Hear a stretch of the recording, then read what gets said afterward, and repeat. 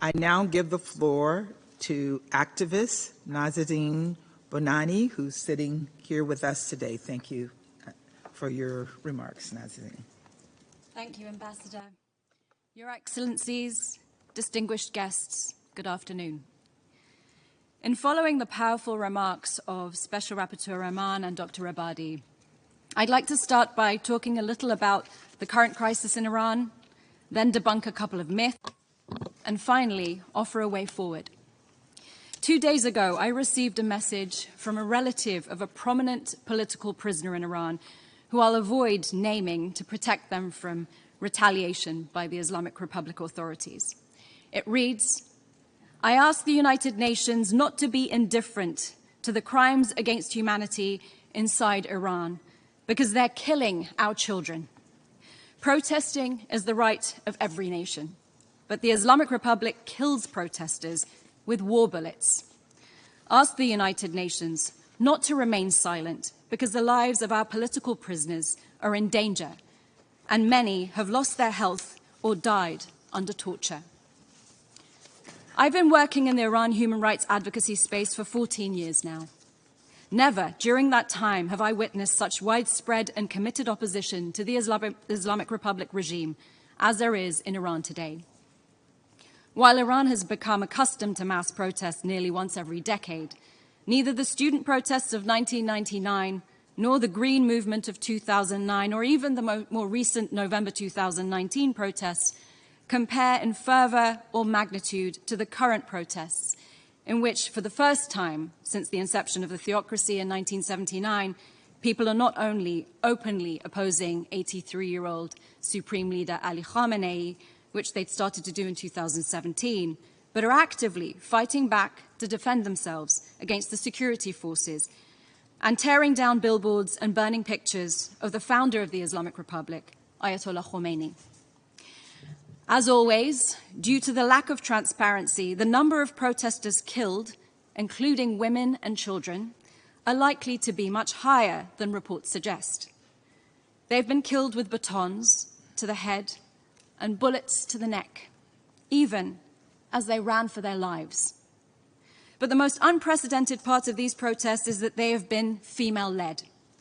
The murder in custody of the 22-year-old Kurdish Iranian woman, Mahsa Jina Amini, arrested for inappropriate hijab, was the powder keg moment that ignited this most recent uprising. Women have taken to the streets and are not only removing and waving their headscarves, but setting them ablaze and cutting their hair in protest. Despite knowing that they will be arrested and sent to psychological re-education centers, beaten, raped, and even killed, young schoolgirls are removing their mandatory head coverings and chanting, "We don't want an Islamic Republic." The movement's slogan, "Woman, Life, Freedom," is a declaration of opposition to a regime which has built itself on being anti-woman, pro-martyrdom, and repressive. To be clear, this uprising is not just about draconian dress codes. However, the compulsory hijab has become the most visible symbol of the subjugation of Iranian women.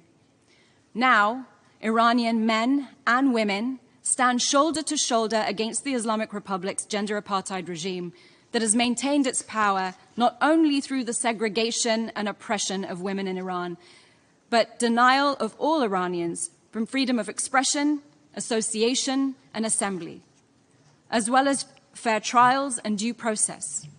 Make no mistake about it, the Islamic Republic is a totalitarian system that uses forced confessions and torture against its own citizens to stifle all dissent. According to the World Economic Forum's 2022 Global Gender Gap Report, Iran ranks 143rd of 146 countries. The Islamic Republic exemplifies why countries with the most discriminatory laws and attitudes towards women tend to also experience the greatest turmoil, which in turn compromises international peace and security. This brings us to the first myth, which has sadly been perpetuated not only by representatives of the regime in Iran, but also by global pundits. And that's the myth that compulsory hijab is a cultural issue that we shouldn't interfere with. But you don't need to subjugate people into observing cultural norms. where schoolgirls are defying a lifetime of indoctrination by rising up in classrooms, and people are taking to the streets in their tens of thousands to protest something, despite the risk of death at the hands of the authorities, you can safely assume that's not part of their culture. Coercion that violates human rights has no place in any culture, and Iranians are risking everything for the world to understand this. Another myth is that this regime is reformable. However, the 43-year case study of the Islamic Republic has proven otherwise. The supreme leader has, during this time, consolidated all levers of coercive state power, and Iranians and the world have repeatedly been hoodwinked to think that presidential elections, which have never been free or fair, would make a difference for them. But elections in Iran are theater. The rise to the presidency of Ebrahim Raisi, who has been a pillar of the oppressive state, implicated in crimes against humanity, and whose leadership harkens back to 1980s Iran, is proof enough that a culture of impunity reigns supreme in Iran, and the theocracy is impervious to reform. I firmly believe the future of Iran can only be written by its own people on its own streets. But no country can go it alone in its pursuit of freedom and self-determination. This body has an important role to play in assisting nations in crisis. Because the Islamic Republic isn't just a threat to its own people, its human rights abuses have become one of its primary exports. The catalogue of abuses by the regime in Iran and around the world is well documented. Throughout its history, the Islamic Republic regime has taken foreign hostages to use as political bargaining chips, and it's intimidated, abducted, and assassinated dozens of dissidents beyond its borders, including recent attempts on the lives of prominent writers and activists just miles away from where we're currently gathered. The potential for the current protests to transform Iran from theocracy to representative government could be a geopolitical game changer and the single most important key to bringing about stability in the Middle East. That's why I believe in building global unity and regional capacity against the Islamic Republic's crimes under international law, including human rights abuses. That's what the Iranian people want from us, and to stop turning a blind eye to their suffering in order to fulfill our own political objectives. For decades, we've only responded to the symptoms of the Islamic Republic's hostile activities, with a focus on countering Iran's nuclear ambitions and regional aggression. But in order to address the cause, we must commit ourselves to intelligently supporting the Iranian people's democratic aspirations. What does that look like? We must stand united in fighting corruption and promoting respect for human rights. And the current crisis in Iran calls for us to urgently support the establishment of an international, independent investigative mechanism on the human rights abuses in Iran, because there are no avenues for justice domestically in the country. At a time when the Islamic Republic's state security forces are once again using disproportionate violence on protesters, it's crucial that we document these human rights violations and atrocity crimes and have mechanisms in place to hold those responsible accountable. It's only with this level of international coordination and support for accountability and justice for the Iranian people that we can address the Islamic Republic itself as the cause of our nuclear and geopolitical concerns. But one thing is clear.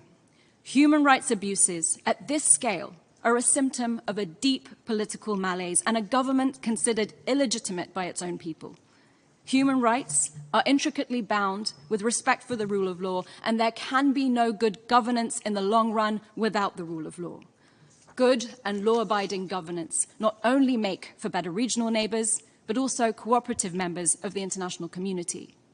An Iran that is more respectful of and representative of its citizens will help this august body achieve its central mission, the maintenance of international peace and security. While the Islamic Republic doesn't represent Iran's 2,500 years of rich history and culture, I'll leave you with something that does. A poem, Bani Adam, by the 13th century Persian poet Sa'di, which is also inscribed on the United Nations building entrance. Human beings are a member of a whole. In creation, of one essence and soul. If one member is afflicted with pain, other members uneasy remain. If you have no sympathy for human pain, the name of human you cannot retain. The international community should want what the courageous demonstrators in Iran want.